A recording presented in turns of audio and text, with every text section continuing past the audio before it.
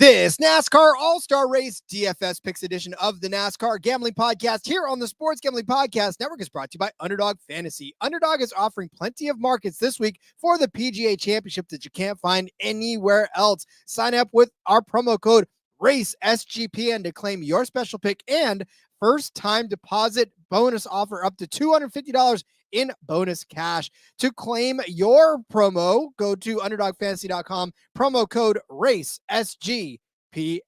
Driver, start your engine!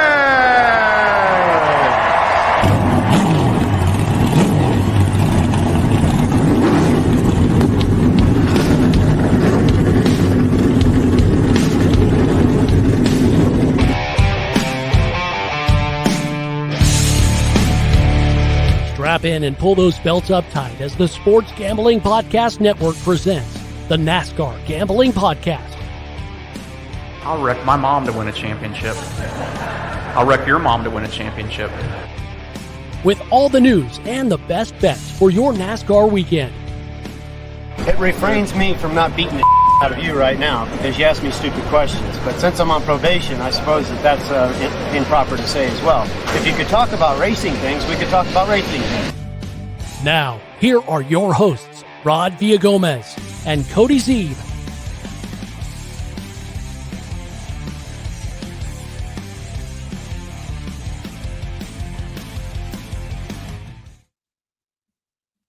Welcome in, everyone, to another episode of the NASCAR Gambling Podcast here on the Sports Gambling Podcast Network. He's Cody Zeeb. I'm Rod Villagomez. Just because it's an all-star break does not mean it is an all-star break. We are definitely not on a break, Cody. We are bringing you all of what we always bring you every single week, even though it's not necessarily the most traditional of all races. Not traditional races, not traditional order of shows this week either. Everything's kind of all over the place, but like we talked about, we just go with the flow. They're trying to hold us back with some stuff. We're waiting until late tonight to release truck odds, so we'll be back with those tomorrow with the truck picks. But DFS is up, Underdog is up, so we've got Cup Series All-Star stuff to talk about. I'm excited, Rod. Yeah, again, we had to shuffle around the order of things because the truck odds literally came out. What, you texted me about an hour ago? You're like, hey, truck odds are full out. Let's go. And I was like, bro, I have not had a time enough to actually get into this enough to do the truck. So let's continue with DFS. And of course, Underdog, Justin checking into the chat saying, played my first Underdog lineup last week. Can't wait to do another one this weekend. We can't wait for you to do that too. That's our guy Chiefs over in the, I think it's Chiefs 022 over in the Discord, Justin. So glad he could join us live tonight. I know he had to run yesterday, but live tonight. Trioval Life checking in. Kurt, MF, and Bush talking shit to Pockrass.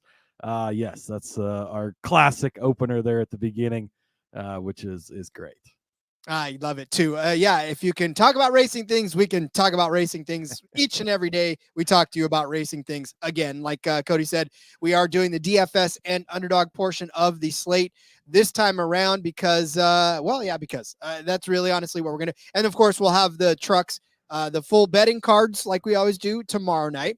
And then Friday, we'll break down the trucks DFS and truck Underdog for you as well. That is the schedule for the rest of this show. But I'm telling you right now, there's other shows out there on the SGPN network up to and including more hoops. Check out the WNBA podcast. It is back this week. They got to have covered Caitlin Clark, right? All those 20 points that she had, the 5 rebounds that she had. I'm sure they had opinions about that on the WNBA podcast. So make sure you check them out as they continue to bring you not just the Fever, but all of the teams out there in the WNBA as well. And they will give you the betting angles on each and every game, each and every week. Plus, did you know that you could get every single podcast that the SGPN releases in just one place? All you got to do is smash the SGPN network feed wherever you listen to this or any of your other favorite shows. They're all there. Horse racing, WNBA, NBA, hockey, baseball. Probably if there was like an underwater Tiddlywinks league, they'd probably do that as well. I don't know, but a lot of fun to be had out there. Yeah, there's everything, and that's a great place. Like, even if you want to go to each individual feed and listen, be subscribed to that because then you get notifications when shows come out, when there's new shows, there's constantly just new shows popping up on the network as different things come out and the betting markets continue to open in other places. So, such a great network we have, Rod. It is too. Ricardo wants to know, do my parlays have to hit to get my own show on the SGPN network? Hey, Ricardo's parlays. Some, right? Yeah, there you go. Well, Ricardo's parlays. You already got a show name and everything. I'm ready. You ready? Let's go, Ricardo. We got this. Welcome to the Ricardo's Parlays edition of the SGPN. No, I love it. Anyways, so like we said, it is DFS. This is the All-Star Race. Look, this All-Star Race is unlike any other in the field. Obviously, the field is shorter. The track is short, and the stages are short. The whole race is short. So when we do DFS in this, right, we're obviously not looking at a lot of lap leaders. Oh, however, Kyle Larson kind of breaks that mold with 143 laps led last season. But as we build these DFS, right, we obviously know that there's locked in drivers and then there's drivers that are bidding for the open. So when you look at this DraftKings, when you look at the DFS slate on this and you see all those questionables, it's not because the driver's questionable. It's because we don't know whether or not the driver is going to be in the race, right? There's an open race that you have to win or finish second in order to move into the final race. And then, of course, there's a fan vote. So one of those guys that don't make it can make it on the fan vote. So 3 drivers transfer over into the main race from the open, which is why you'll see all those questionables. But Cody, you still got to have at least one of those guys in there because it's salary relief in some cases. Yeah, exactly. Yeah. And so I think that's important to know. DFS this week is just for the main event, the 200 lapper. It's the open doesn't count. The heat races don't count. It's just the main event, Sunday evening. That's what will count for DFS. So when you're building your lineups, going to be hard to just go set a lineup and leave it for the weekend because, yeah, we know 17 of the drivers who are in, but you don't know the other 3. You're probably going to want to play at least one of those guys because they're going to be starting at the back. If you want the entire format, we broke it down yesterday.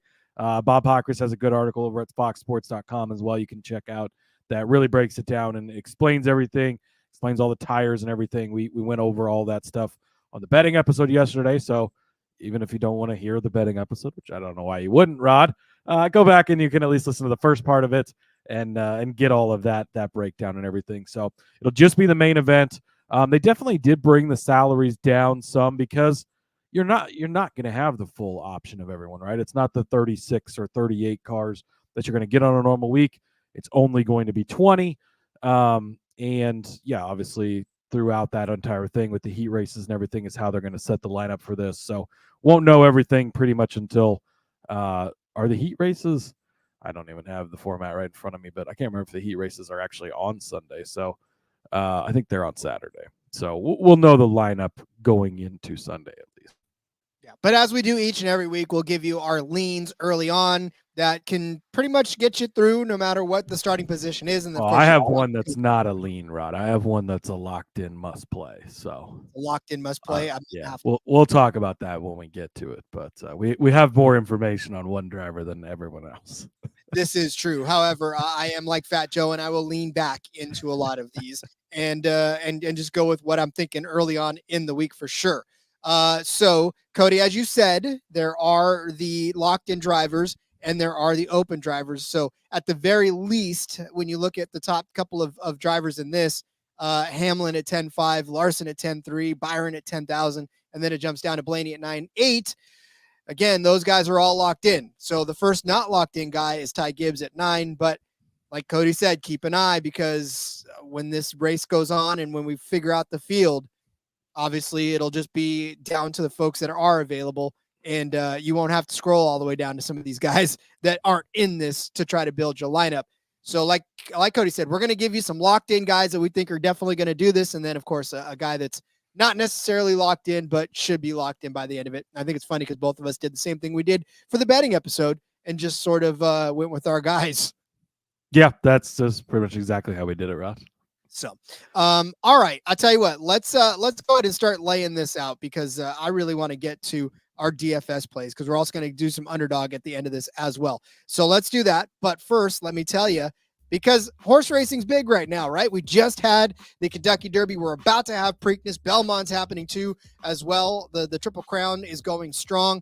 and you can bet the second jewel of the Triple Crown with NYRA Bets. Sign up today for a $200 deposit bonus with promo code SGPN200. You can join now to claim your $200 deposit bonus just in time for the Preakness at nyrabets.com/SGPN200. Get ready for nonstop action with NYRA Bets evening promotions, which means bet 50 on each of the Belmont at the Big A and any track with the first post time of 6 p.m. Eastern on Friday for a $10 bonus, win or lose. You need more? Earn a $15 bonus, win or lose, when you bet at least $75 on the Belmont at Big A at Mammoth Park. Visit nyrabets.com to opt in. And that's not all. Score big with a 20% bonus on your ticket winnings by hitting an exacta on any or all races at the Belmont at the Big A on Sunday. Feed your competitive edge with live money handicapping contests nearly every week. Enter the Friday Feeder contest to earn your entry into the next $300 contest. Plus,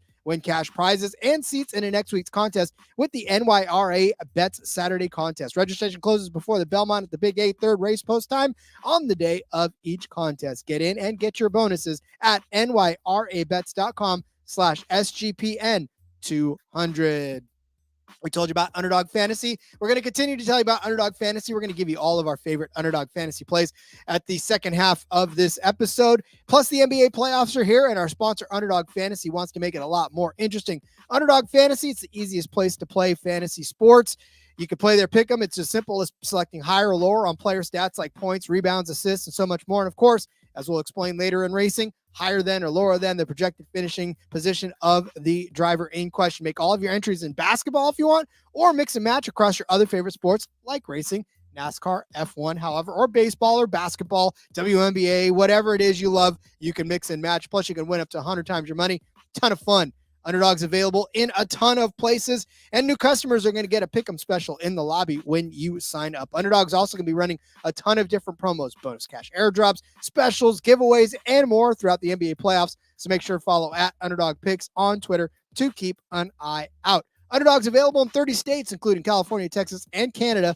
Plus, they just launched their champion player versus player format in Florida. Sign up today with our promo code RACESGPN to claim your special pick and first-time deposit offer up to $250 in bonus cash. UnderdogFantasy.com, promo code RACESGPN. Rod, we do have one piece of news before we get into the picks here. Not as newsy of a day as yesterday where we had like a billion stories, but NASCAR is going to do a wet weather tire test at Homestead, Miami in mid-September, Rod.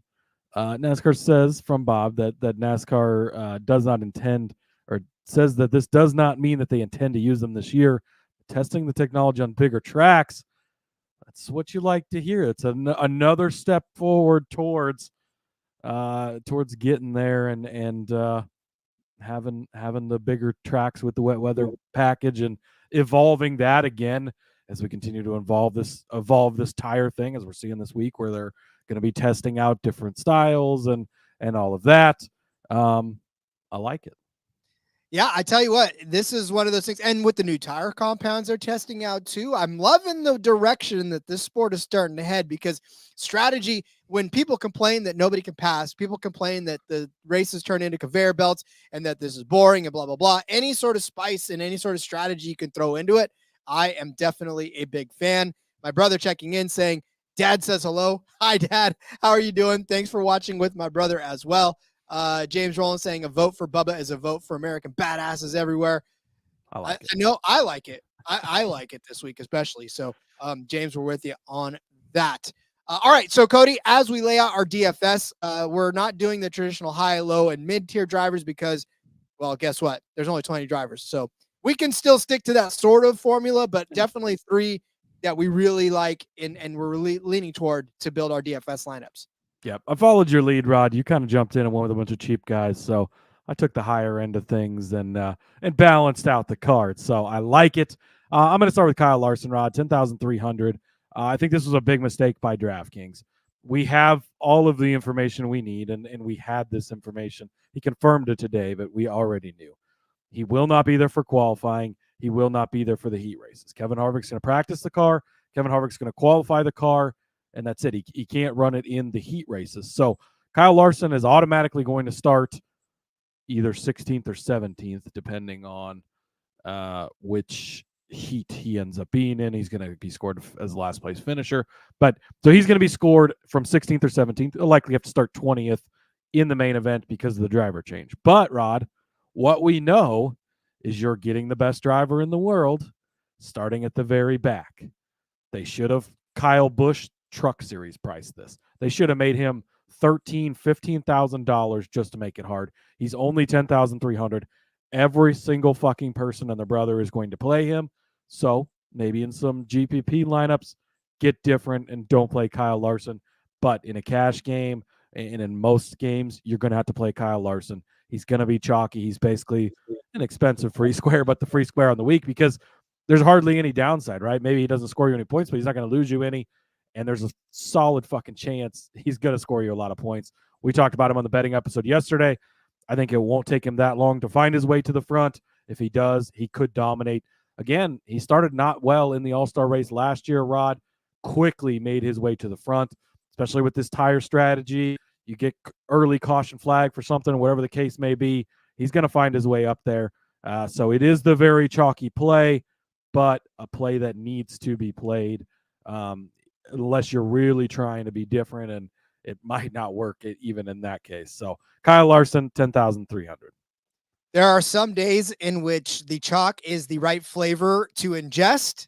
This is definitely one of those weeks because, like Cody said, there's no way that unless literally his nuts get cracked back there with the squirrels. What's the running counter on that? Then there's just no way he's not going to drive up to the front. It's just no way. And you've got to think, I mean, he's obviously got all the place differential upside that you're looking for. He's not going to lose spots. So even if he wrecks out or something bad happens, yeah, he's not going to get you many points, which sucks for paying that much for someone. But the upside is just so massive with a guy like Kyle Larson. You're just going to have to bite it and you're going to have to play it. If you want to be different, of course, that's a good strategy at times, but for a majority of your lineups, put Kyle Larson in there and then build the rest of your lineup around it. Yeah, and again, it's a matter of you're not going to get as much place differential because you're only starting from 20th back. But again, when the first round, that's place differential. I mean, obviously there's that, but it's going to be he will end up being scored 16th or 17th. I'm pretty sure, depending on where he technically qualifies for the main event, because you'll have the three open cars behind him. But again, doesn't make a difference. We know, and he's the only one we know, right? We know he's going to be that far back. So, yeah. All right. So Kyle Larson, definitely a lock in many of your lineups, if not all. You got to at least have one or two without, but definitely roll him in a ton of them. I will also throw in a low price guy, and I'm starting from the bottom and going up. You're starting from the top and going down. I'm starting from the bottom and going up. Let me go meet in the middle, Rod. We'll meet in the middle. That's the way we do things. I'm going to take AJ Allmendinger. $6,000 for AJ Allmendinger. He is definitely going to be locked in. Was not in the All-Star race last year, so we don't have anything really on him as far as North Wilkesboro is concerned when it pertains to for AJ Allmendinger. But I will say that this season hasn't been that bad for him fantasy-wise. I mean, he's only been in 4 races so far this season, not including the duels. But in those, he's averaging 39.7 fantasy points per race. That's not bad for a guy who's, a part-timer, essentially, because he went back down to the Xfinity Series to run full-time, but now he's popping his head back up. So last time he was in the race was 428, right? That was the Worth 400, and that was where he ended up getting you a pretty decent chunk of change. He got you 30 points in that race. And then in the week before that, he raced again. It was almost a month to that day, but he got you 46 points on the road course right over there in Austin, which again, it's a road course. You expect him to get that for you. But he got you 27 points in the couple of weeks before that in the Food City in Bristol, right? He jumped from 30th to 23rd. Short track. Keep your eye out, right? That's a short track race there. And he got you a pretty decent chunk there. And then at the Daytona 500, he ended up finishing 6th, got you 68 points. So, yeah, I know that's skewed by the super speedway race there. But, look, AJ's part-time. AJ is actually in the All-Star race, and he's locked into the All-Star race, right? Because of the fact that he won last year in a fantastic race in and of itself. So he's got literally nothing to lose. If he starts from the back, that's even better for you, because if he turns it into a top 10 finish, there's a little place differential there for you, and a good solid 10th place finish. And at $6,000, when you start to scroll down below that, you got guys that you don't even know are going to be in this race, a la Zane Smith, Justin Haley, Harrison Burton. Stenhouse is in, but is he? Hemrick, Gralla, Stenhouse. It was very hard for me to not put Stenhouse on the sheet, Rod. But honorary mention to 5,200 Stenhouse. It's a tough one. Yeah, I mean, I was going to roll there too, but I was like, but Kaz Gralla and Timmy Hill round out the bottom end of it. So, like I said, if I'm going to dip down that low, I'll take AJ Allmendinger, who's actually had a solid season so far.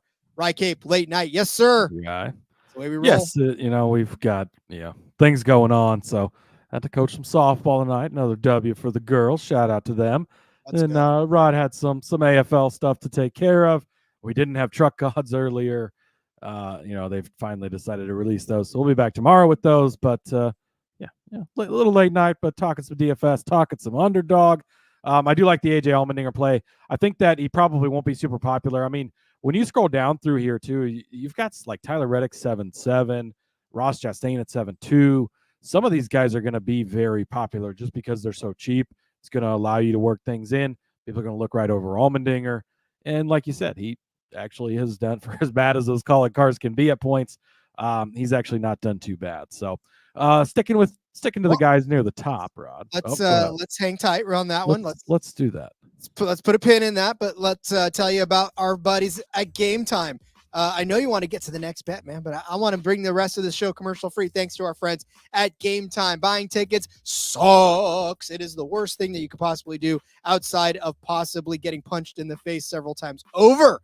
But Game Time takes away all of that stress, and it takes away all the pain of getting punched in the face over and over again, because they are making it easy to buy last-minute tickets. They're making it cheaper to buy last-minute tickets. They're making it less stressful to buy last-minute tickets. And I know that there are several events that I want to get to this summer, and I need to buy tickets, and sometimes I'm going to have to buy them last minute. So I'm turning to my friends at Game Time, because they are offering me the lowest prices with the guarantees that make sure that I'm going to get my authentic tickets. I'm going to get them on time. I'm not going to get ripped off. And not to mention, they're going to show me a picture of what it's going to look like from my seat when I purchase those tickets.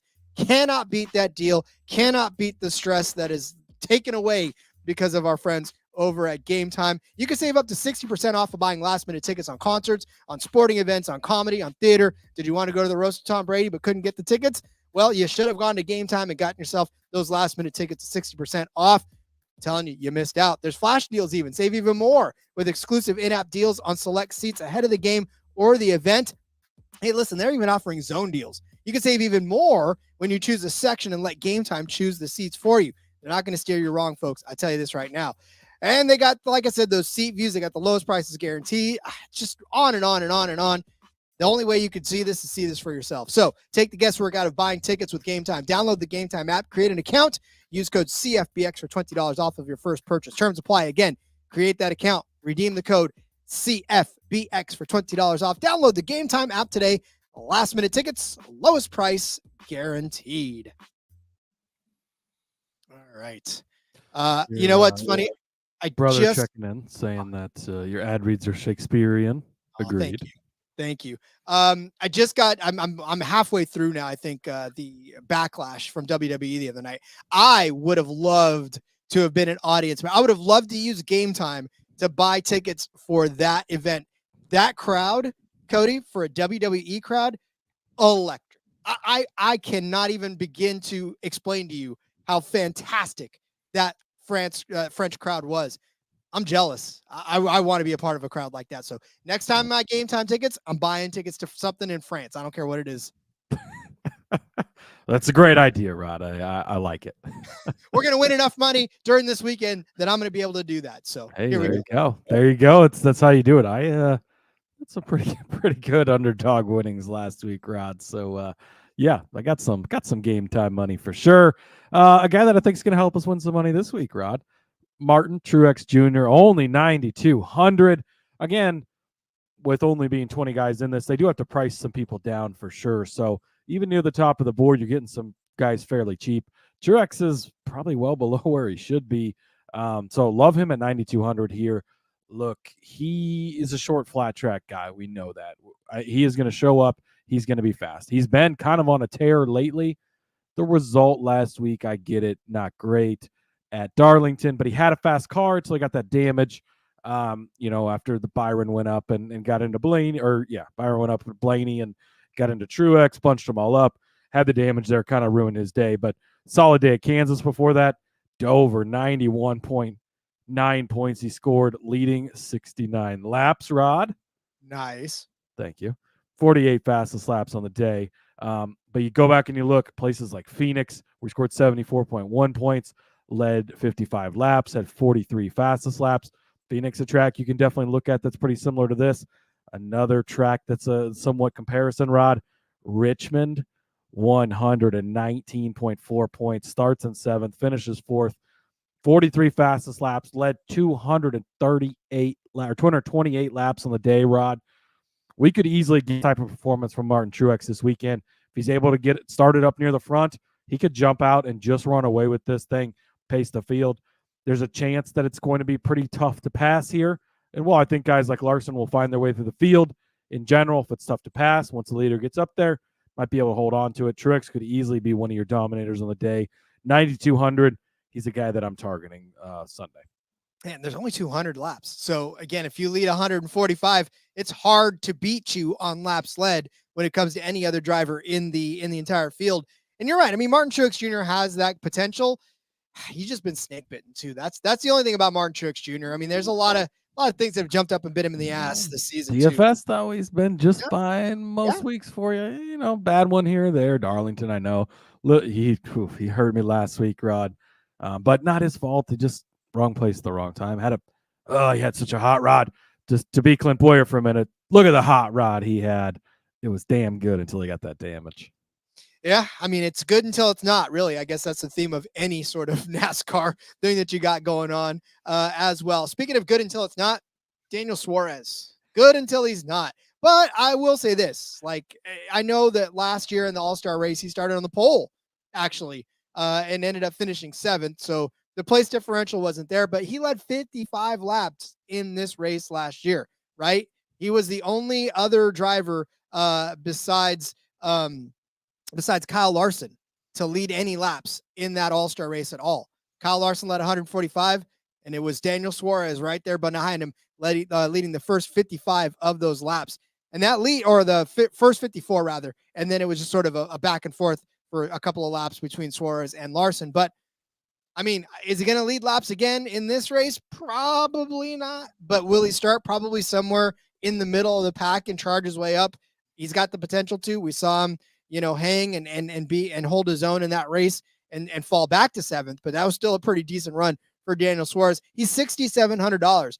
So I kind of want him to start in the middle of the pack and want him to be able to get a top 7 finish, a top 10 finish. I'd be okay if he started 15th and finished 6th or finished 7th in this instance, because then I get the place differential points. Maybe, just maybe, I don't know how, but he would come out and lead a lap or two. Even if that doesn't happen, I'm okay with the place differential. Maybe he gets a couple of fast laps in there as well. Daniel Suarez will not be popular. I'll tell you that right now. There's going to be a lot of folks. They're going to look at his last few races and go, I'm not touching Daniel Suarez at all. 14 last week, 15 the week before, right? 38 a couple of weeks before that. That's a pretty decent finish for him at Bristol, or not at Bristol, rather at Dover. Well, that's okay, right? But Dover's a mile, and Dover's a shorter track, right? 5th at Texas, that's pretty good. He started 28th at Bristol, finished 18th, so that was a hell of a run right there for him. A couple 18th place finishes, right? So that got you 35 points on a $7,000 salary. So he's been able to return some on you if you're lucky. And like I said, with that shorter track over there at Bristol, I think I'll take my chances on Daniel Suarez in a GPP where nobody's going to play him. I think you're right in the fact that nobody's going to play him, Rod. So sometimes that's what makes these guys a good play, is that nobody else does play them. A play that I like, Rod, with a little bit of an asterisk, Tyrone Gibbs, $9,000. Now the asterisk here is he's not locked into the main event, not having won a race yet, so he's going to have to race his way in. If you listened yesterday, he is my pick to win the open race and get in. I think that this is kind of just and you're going to have a guy as well, but you're going to have to play one of the open guys, maybe even two of the open guys, just because the place differential is going to be there. And again, if you only have one guy, maybe two guys that lead laps in this, you're going to need some place differential. And these drivers who make it from the open are going to offer that. With Ty Gibbs at $9,000, he's going to start in the back, of course, if he makes the race, because he's coming through the open. And we know how good Ty Gibbs is. We know how fast of a car Ty Gibbs has. And that's kind of what I'm looking at here. I've already talked about Martin Truex Jr., his teammate. I talked yesterday about Christopher Bell, who I love as well. And I talked about Ty Gibbs also. But you look at tracks like Phoenix, Rod. You go back there, starts the day in second place, finishes in third, led 57 laps that day, 62.4 points for you. Bristol, high tire wear, right? There's kind of a lot of questions going into this race with the repave. Will there be tire wear? But with these different tires and stuff, how will things go and manage there? He had a pretty damn good day at Bristol, 99.5 points, led 137 laps that day. So he's capable of doing that. He's going to get you the place differential that he offers, the upside there as well. Coming off a great run at Darlington. He just finished second place last week, Rod. So, not that far away from getting his first career win, maybe. I think he's going to have a great day in the open race. I think he will win, get his way into the All-Star race, and then he's going to be somebody you're going to need to play because got that place differential upside, and he's in a damn fast car, and he's a damn good driver, and that sounds like a great combination to me. I don't want to say how disappointed, but how disappointed do you think Ty Gibbs was? He's been close, right, before. He's been really, but I feel like this might have been one of the best chances he's had in a while to actually not just finish well, but maybe win the race because he had a really fast car. Yeah, he did. And he's getting closer. He had third place finish a little while ago. Now he's got a second place finish. He's getting there, Rod. He'll be visiting victory lane here soon enough. I think he'll get a little taste of a victory this weekend in the open race, and we're going to see him in victory lane sooner probably rather than later. And I think he's going to be a solid play this weekend. You know who does have a taste of victory in the open race? That's my guy, Josh Berry. Got Josh Berry going at $7,300, much, much more discounted than Ty Gibbs, who, again, was probably still a good pick because if he does make which he probably will, make the All-Star race proper, because you just got to finish first or second, and that's exactly what Tay Diggs. That's exactly what Tay Diggs did last year. He finished second, but Josh Berry won that open race. Now, in full disclosure, he was driving the 48. He was driving a Hendrick Motorsports car. I understand that, but he's driving the hell out of that 4 car right now, and I think Josh Berry, not the kind of one race he drove the hell out of it. All right, but he's still driving. Look, he's driving the 4 car for God's sakes. There's still some speed in that 4 car. One of the cars, by the way, that's not going to go away. A lot of rumors floating around about all of that in the SHR charters. Obviously, we'll talk about that later. But one of the cars that's probably sticking around, that 4 car for sure. Can't get rid of that. You think? Yeah, I don't know. Rumor has it they're selling all 4 of them, Rod. So. If that's the case, I mean, maybe somebody picks up the number 4, obviously, but could be some big changes coming. Depends which rumors you believe. They sell 2, they sell 4, maybe they'll sell 6, buy somebody else's and then sell it. I don't know. So what does it look like? Is there some guy standing on the street corner with the charters and he's just in a trench coat and he's like, "Hey kid, you want to buy a charter?" Yeah, that's all these watches. The oh gosh, who was on the Motorsports for the Dale Jr. pod was why did I forget his name? But the Spire guy, he said there's 6 charters for sale right now. So the assumption there is the 2 colleague charters and the 4 SHR charters. But he's the type of guy who Jeff Andrews, I believe is his name, but he's the type of guy who would know about what charters are for sale. He said there's 6, so I'm gonna think probably all 4 SHR are for sale, but who knows? Well, for the time being, Josh Berry's in one of those, and Josh Berry's going to be driving that car. And Josh Berry, by the way, last week finished 3rd, got you 73 points in Darlington. You want to talk about coming off of a great momentum builder? That's absolutely great momentum builder. He started 33rd in that. It's not that he started 5th and finished 3rd. It's not that he started 2nd and finished 3rd. He started 33rd. And I don't care if it was strategy. I don't care if it was the hand of God pushing him forward. Like, it doesn't matter how it happened. It happened. And he drove his way up through the field, did not get caught up in the nonsense that was happening all around him, kept his head down, kept driving. Josh Berry's actually doing pretty damn good for himself. 73 points last week, 30 points the week before, 29 before that, 44 before that. Couple of bad weeks, right? -6 over at the road course. Didn't get you any at the Cookout 400 because he started 7th in that race, promptly finished 25th. Not a good day there, but 61 the week before that. He's averaging 26.7 fantasy points per race. On a $7,300 salary, it's not exactly what you want, but I think that if he does win, right, he's going to be starting in the back. So he's going to be one of those last cars out there. He's going to be having to start from the 17th or 18th position, something like that. Yeah, so he would be 18th, 19th, or 20th. So yeah. So one of those positions, he's definitely going to be starting in the back. That's place differential points right there for you. But if he gets you a top 10 finish starting from the back, all the better. If you get your top 5 finish starting from the back, even better. Top 3, you see where I'm going with this. Got to have Josh Berry, $7,300. The potential for a really big investment return on that is I think you can't miss out on that. So I've been out on Josh Berry all season, Rod. I remain out on Josh Berry. If we get head-to-heads in the All-Star Open, I will be betting against Josh Berry. However, if Josh Berry does make it into the main race, he is going to have to be considered a play because he will have showed up well in the open race. And like you said, he's going to be starting at the back. There's going to be very little downside with a lot of upside. So if he makes it, he is a good play.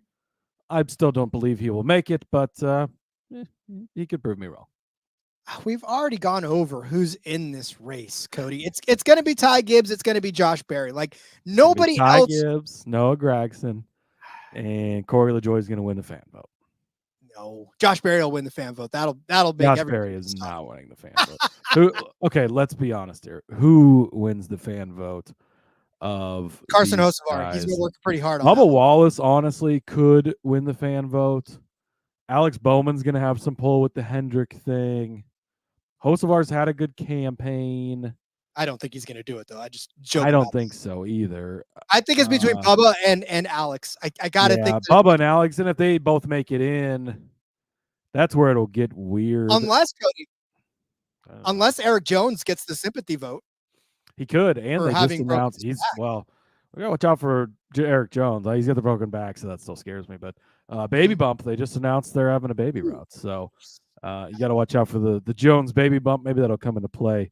Oh, at the 600, though, 600 miles of the broken back. I don't know how I feel about that either. So, anyways, if you put all these guys in, 600 miles with a good back, what are you talking about? Exactly, let alone with a broken one. So, I don't know, but maybe. Yeah, okay, never mind. I'm not gonna go there. She was probably pregnant before the broken back was broken, so there's that. Anyways, Rod, if you do plug in all these guys we gave out, $1,500 remaining, so you've got some room left there. But again, you're gonna have to pay attention to whether all these guys make it, and starting positions will matter and everything. But obviously, we know these open guys gonna start at the back. We know Kyle Larson's gonna start at the back. So no matter what, Larson's probably gonna be a good play. And almost no matter what, you're going to have to get an open guy or two. Maybe you get wild and play all 3. We'll have to see how things kind of shake out. And again, good reason to stay tuned in the Discord, because we're going to learn a lot from this track. We don't exactly know what to expect from this track.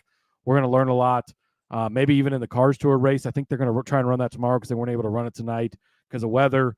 But in the truck race and then in the open, in the heats, we're going to learn a lot from this race, from this track and these races on kind of what to maybe expect in the open race. So stay tuned in the Discord. And of course, we'll be sharing our opinions, and you can ask your questions there as well.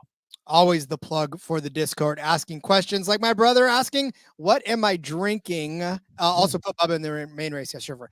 Yes. I think you should know at this point, Nick. It's an amaretto sour.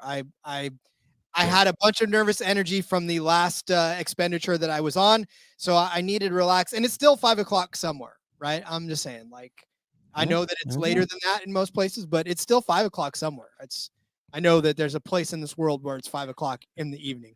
Yeah, I do like Bubba to make the main event too. I think I picked him. I did pick Ty Gibbs as my winner, but I also picked Bubba as the other guy to bet on to win it. I think he'll either race his way in or he'll get in with the fan vote. He's going to be another solid play. I mean, honestly, you could end up with a lineup that looks like Gibbs, Bubba, maybe Barry if he is the other guy, Larson, and then you toss in, a Truex and whoever starts in the pole or something like that.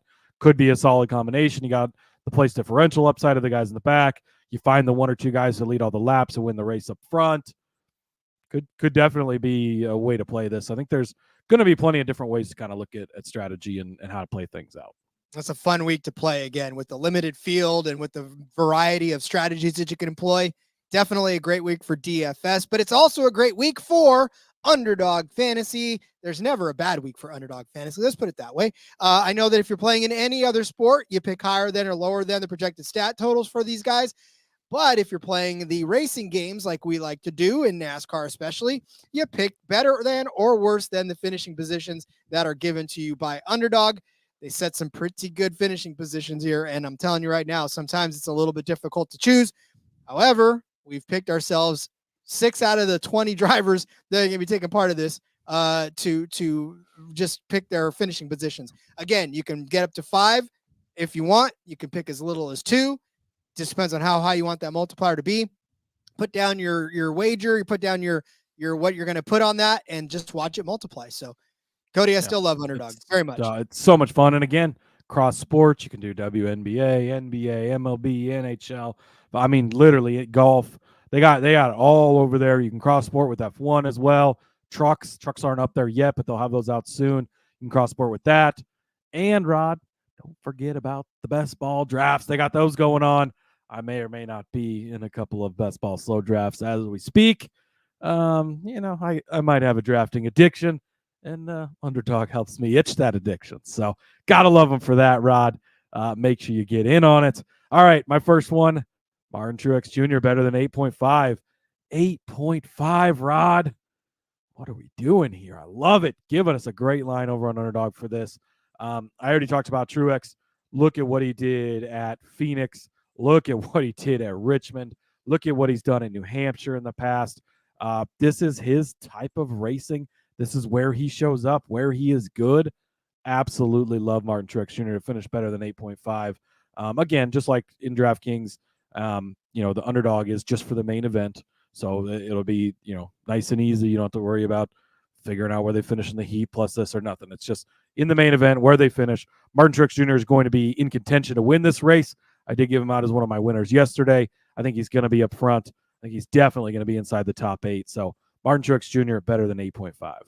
Love it. I can't even argue with it. And of course, we know since he is locked in, he's going to have a pretty decent starting position, which means it's probably going to be nothing but up for him. And up means a top 5, up means a top 3, up means possibly winning. So Martin Truex Jr. definitely going to be better than that 8.5 in my opinion as well. Somebody I think that's going to be better as well. Look at, I've returned to my better ways, Cody. I'm optimistic again. Whatever it was that was on my that made me the sourpuss that I was for the last few weeks is gone. I wonder back what that was, Ross. I wonder what that was, but I'm back on my better than ways, right? This glass is still half full. I don't care what anybody says. So I'm going to take Chris Buescher, and I'm going to take his better than. 10.5 is where we're at. So for Chris Buescher to get a top 10 finish, I have to think that's going to happen, right? And I could really just point to last week, right? 3rd place start, probably could have won that race, had every looking at it that he could. And then of course, until he didn't, and then it was a bad luck for him. He got tossed out of it. So, but to me, I saw enough speed in there to know that Chris Buescher's for real. We've seen enough speed from him anyways to know Chris Buescher's for real.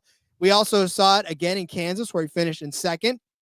So he was on a tear even before his outing at Darlington. Richmond, 9th place finish, shorter track, right? Bristol, 7th place finish, shorter track, right? Phoenix, 2nd place finish.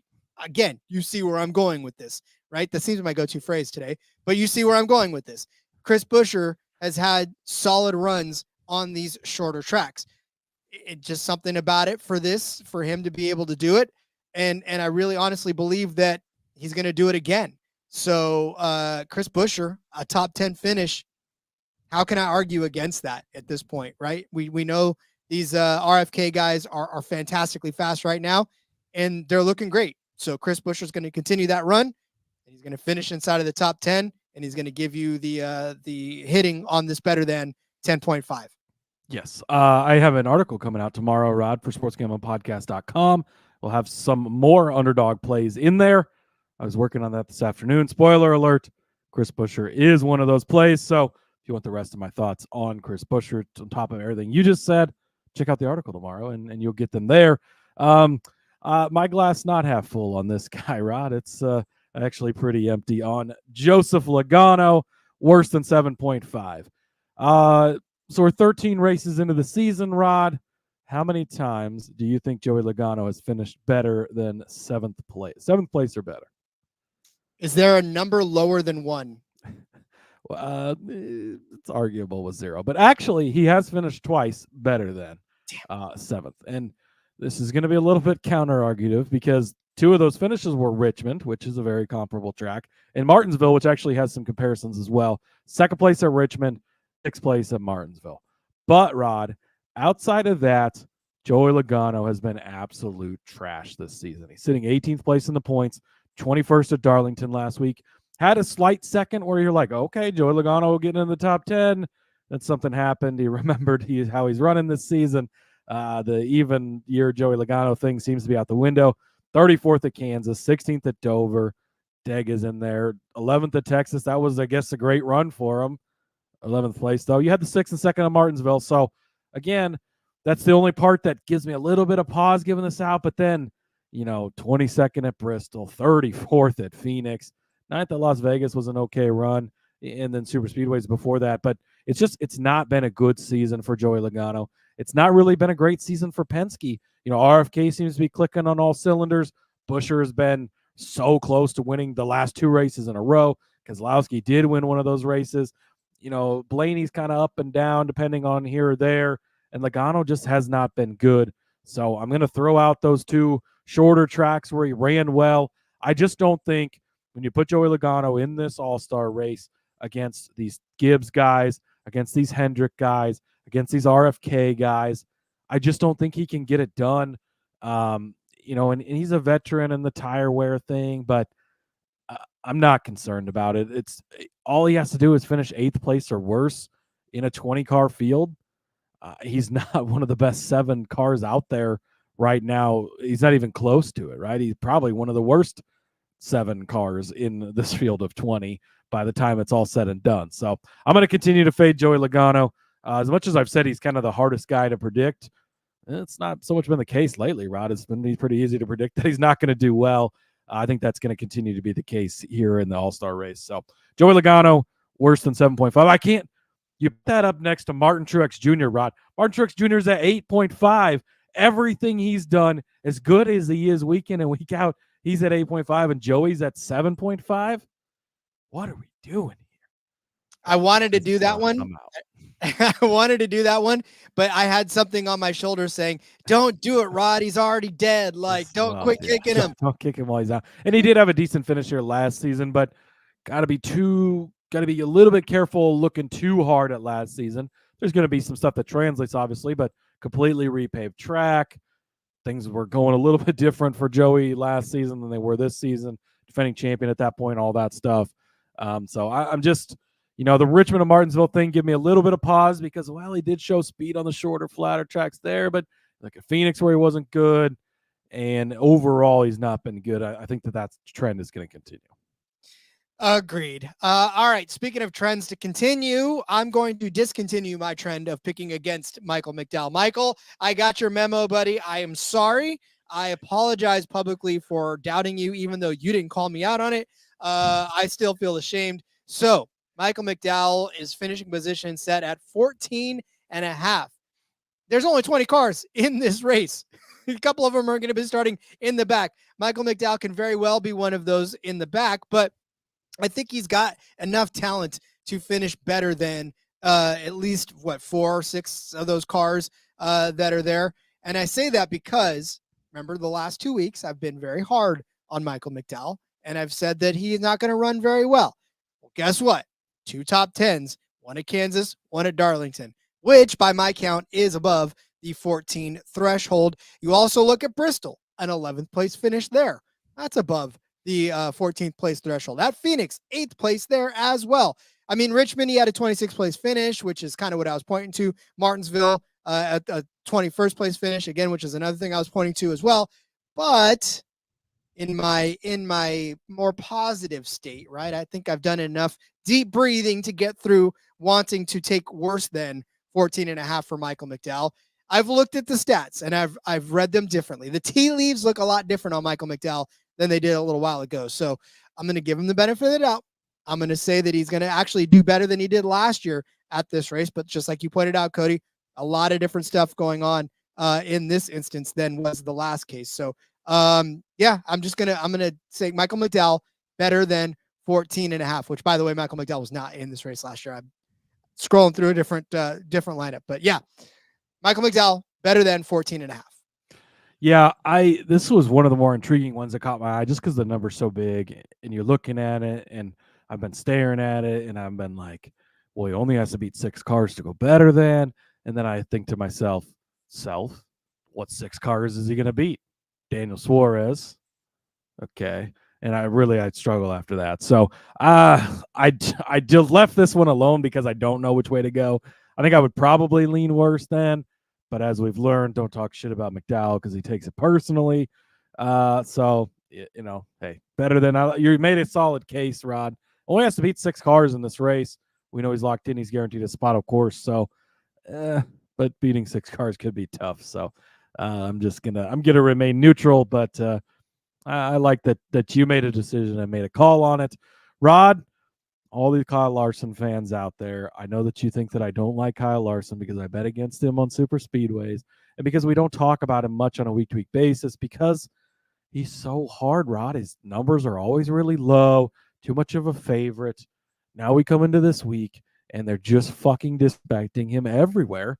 And I am on Larson in every single possible way. I've bet on him top 3. I bet on him to win. I'm playing him in DFS. I basically said he's a lock. You have to play him. I'm taking his better than on underdog too. So don't fail me this week. Kyle Larson, show everybody why you're the greatest driver in the world right now.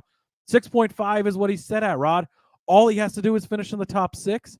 There's only 20 cars in this. I know he is going to start 20th.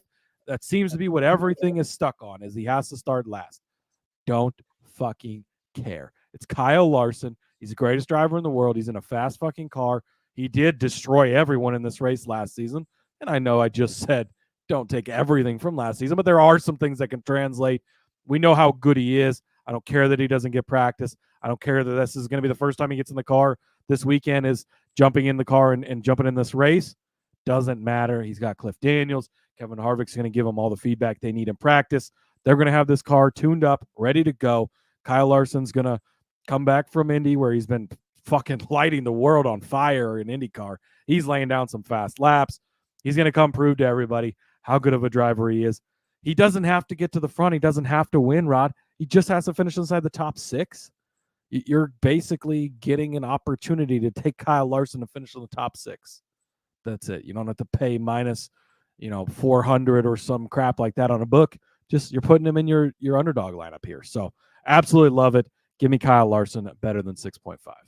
And he can just finish 5th or 6th. That's the thing. You don't even have to have the top 5. Win and cash the 9-1 and hit this. But yeah, he doesn't have to finish in the top 6. He only has to finish in the top 6. So love it.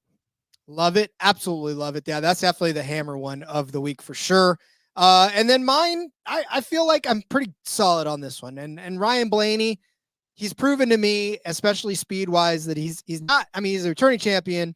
He proved it to me last week that strategy call was dead on to get him toward the front.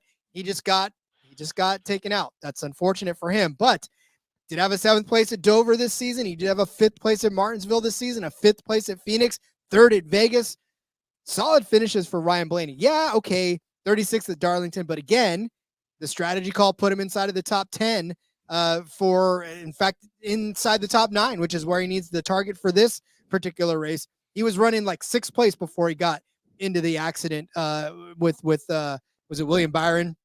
I think they got up into him as well. So, yeah, I mean, again, he was running inside of the top 7 at the time. I'm telling you right now, look, at Texas, yeah, he started 7th, finished 33rd. Okay. But Talladega, he finished 20th. That's a super speedway. Richmond, he finished 19th. Yeah, that's a shorter track. But then you to look at Austin, right? You look at the road course, he finished 12th, but that's a road course. Bristol, he started on the pole, right? Led 14 laps. Unfortunately, couldn't hang on to that one. Finished 16th in that.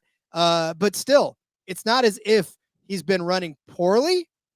It's just that he has had some bad luck. This is an all-star race, right? There's not a lot to lose. All you have is to gain $1 million. Ryan Blaney has proven that he can do that, right? He won an all-star race already. So why not do it? I don't think he has to win this one, obviously. He's just got to finish in 9th place or better. And Ryan Blaney can do that. Ryan Blaney did that last year, 6th place here in the all-star race. Kind of goes under the radar because he wasn't necessarily the champion yet, right? He was still just Ryan Blaney kind of running around being the 12 car, finished 6th in this race. So again, and he's locked in. So you know he's going to have a pretty decent starting position. Where that's at, who knows? But I have a good feeling about Ryan Blaney this week. I think he can finish 9th place or better. So give me Ryan Blaney better than 9.5. You've almost talked me into it, Rod. Think about what he's done at Phoenix and some of the short flats. He has actually been pretty solid at those as well. I just don't trust these Penske Fords right now. But 9.5 is a pretty good number. I mean, you kind of just need him to finish one better than the top half of the field. Doesn't need to be a super great run. So definitely can happen. Again, I'm probably going to mostly try to, well, I'm not going to mostly try to avoid the Penske's. I'm definitely going worse than on Joey. But yeah, he's one of them that I just, I don't know, can't figure out right now. I figure out that I'm happy about Ryan Blaney, and I'm going to spread that joy all over, and hopefully he does well to make that not misplaced. So, all right, get out your pen and paper. We're going to go over both the DFS and underdog picks for this NASCAR All-Star Race. So, are you ready, everybody? Okay. Cody started you out with Kyle Larson at 10,300 as his DFS play. First, I said AJ Allmendinger at $6,000. Cody said Martin Truex at 9,200. I said Daniel Suarez at 6,700. Cody said Ty Gibbs at 9,000. I said Josh Berry at 7,300. And for the underdog picks, Cody said Martin Truex Jr. better than 8.5. I said Chris Buescher better than 10.5. Full disclosure, I started to do Kyle Busch, but again, a little bird on my shoulder said, stop kicking him, Rod. He's dead already. So then I just turned Busch into Buescher. Chris Buescher, better than 10.5. Cody gave you Joey Logano worse than 7.5. I said Mikey D better than 14.5. Michael McDowell. It's like better than 14.5. Cody gave you Kyle Larson better than 6.5. I said Ryan Blaney better than 9.5. I almost feel like we just need to go to bed, Cody, because at this point, it's only going to get loopier from here. I'm ready to go to bed, Rod, but good episode, I think. Really solid DFS plays, good look at it and kind of how to play the strategy. And then underdog, man, it's one of the best ways to play fantasy NASCARs each and every week. So love to do it. Love to do it as well. Okay. Tomorrow we'll come back with our truck betting episode because the books have gotten full slates on trucks now, and we'll have time to digest it and give you our favorite plays from there. And then of course, come back on Friday for the truck DFS episode because there's only 2 series in running this week. And so, yeah, we'll break it up like we normally do and give you a full slate for trucks. Not like next week, Rod. I am looking so forward to next week. Next week's going to be one of the greatest weeks in racing. We're going to have everything in action. All 3 NASCAR series, the Indy 500, Monaco for F1. We have such a huge week planned next week. I'm super, super pumped for that. So, but got North Wilkesboro this weekend, got some all-star activities, got the full truck race as well. So join us again tomorrow for the truck series picks, Rod. Speaking of F1, the F1 Gambling Podcast is out with an episode. That's just Rod and I, same as we do on this show, talking about F1 instead. And giving out some pretty good picks there. Hit a 66-1 a couple of weeks ago and have had a lot of success over there. So make sure you're listening And that's available now on this YouTube channel if you're listening or watching on the NASCAR Gambling Podcast, and also over in the F1 Gambling Podcast feed. And then, Rod, you can find all my other stuff on the X at Husker_Zeeb. NFL Week 1 bets, pick for every single game, will be out in the morning. Make sure you check that out. And an Underdog article as well with some additional plays on top of stuff we gave out tonight. So make sure you check that out also. And see you tomorrow for Truck Series. Yes, indeed. Follow me on Twitter at RJ Villagomez. Link in the bio, everything I got going on, whether it's here, whether it's Sportsbook Review, whether it's In Between Media, or whether it's the AFL podcast. Just got wrapped up today with the new commissioner, Jeff Fisher. I think you know the name. And Chris Chetty, who is the chairman as well. Great episode. Go check it out on the Arena Football League podcast feed over there on YouTube. Good stuff happening all over the place. Excited about the rest of this week. Excited about next week. But until then, ladies and gentlemen, we'll see you tomorrow. And let's go racing. And let